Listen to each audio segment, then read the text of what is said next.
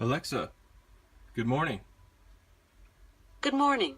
Today marks the 109th anniversary of the Wright brothers' first public flight. The short flight wowed the crowd with the inspiring demonstration of human ingenuity. I wonder if it helped that no seats were oversold. The flight took off and landed on time, and most importantly, there were no snakes on the plane. That sure was a poignant point. Alexa, what can you do?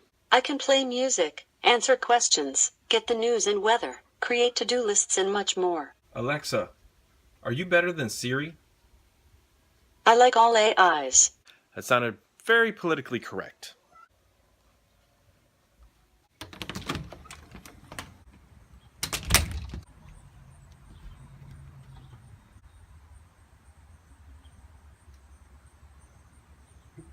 It's not a cloud in the sky, but Alexa would have told you that. As you can see, she could do sports, news, weather. Pretty intelligent, actually. She picks you up from across the room and can basically answer any question that, like, Siri can. Yeah, I hooked her up the other day and got it going. My initial impressions when I got it was, what do I do with it? I don't understand. I've got music players, I've got phones, I've got speakers and stuff. What is this going to add to me? Well, it adds hands-free. I don't have to use my phone anymore. I don't have to touch anything. It connects up to my Prime account, so all I have to do is say, Alexa, play such and such, and she will. She goes into the library of all the Prime music that she has and says, hey, it's in your library, here, I'll go ahead and play it. Downside is if you don't have Prime, you don't have a lot of access to the music. So having the Echo Dot or regular Echo or the new Echo Slate one, the one that's got the screen and everything on it, it's not going to do you as much good. It'll still tell you the weather, it'll still tell you the news, it'll still tell you the sports. You can still play games with it, and I'll get to that in a minute, but you just won't have access to the full music that Amazon has. Now, if you do have Pandora works good through it. I still haven't quite figured out how that works through it, but I am going to keep working on it so I can see. Alexa, connect to Bluetooth. Searching. So now that she's connected to the Bluetooth speaker, what you can do is she hears you from across the room. Her voice is coming out of the speaker, and any music that you play, anything that you ask her is coming out of the speaker, so you can actually take that with you and get a better sound out of it, because the sound speaker on the actual unit, the Dot unit itself, is not very good. They tell you that in the book, that you really need to have a speaker hooked up to it if you're going to be using it. The original Echo, the full stand, has a speaker and everything built in. I've heard that it works okay, but not great. They still recommend on any of these to actually get a separate Bluetooth speaker. Now what I use here, I've just had this for a long time, is the Ounce Angle.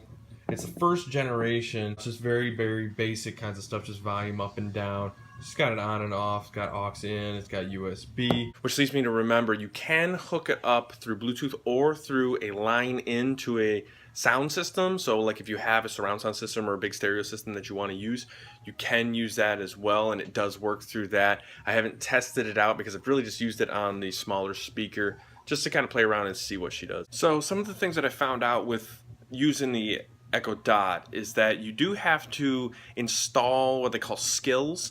So she's not fully programmed out of the box. What you have to do is load up the app onto your iPad, your iPhone, your Android device, and tell her what apps and what skills that you want to actually do. So if you want to control lights in your house, you have to download that skill. If you want her to turn your TV on, you have to download that skill. So anything that you want her to do additionally that's not in the normal realm, like what Siri normally does, or like Google, like when you ask Google what to do, you have to download and actually enable the apps. It's very easy to do, which is kind of nice, but there's so many out there. You might have to search for the specific one, for the specific model TV, specific light bulb, that sort of thing. But she can control all of that with your voice, which is actually pretty cool. So we're actually living in the future where you can walk into your house and say, Alexa, lights on, and she'll turn your lights on for you. I didn't find lights. She didn't find any lights though, because I don't have any hooked up. So we're getting closer and closer to like Back to the Future technology, which is pretty cool because I have a device that can sense my voice. I have a TV on the wall, and oh wait a minute, Back to the Future there, and Back to the Future all up in here. I think I've got a problem. So I guess if I had to put like a review on it and say, would I buy it? And short answer is probably I wouldn't spend the $200 it is on the Big Echo. Now that I know what the Dot does, $50 to $49 with your Prime account, that's not too bad. I'm not rushing out to grab a brand new one. Again, this one was free. I actually won it. So I'm going to use it, and so I'm going to get my use out of it, which I have for the past couple of days. I think it's worth $50. I think if you have an Amazon Prime account, then it is worth the $50 to actually purchase. So if you're going to get something like this, I would recommend it. It's fairly inexpensive. You hook it up to a cheap Bluetooth speaker, and now you've got sound all through your house. Lucy, do you like the Echo Dot? Yes. Alexa, say goodbye. Goodbye.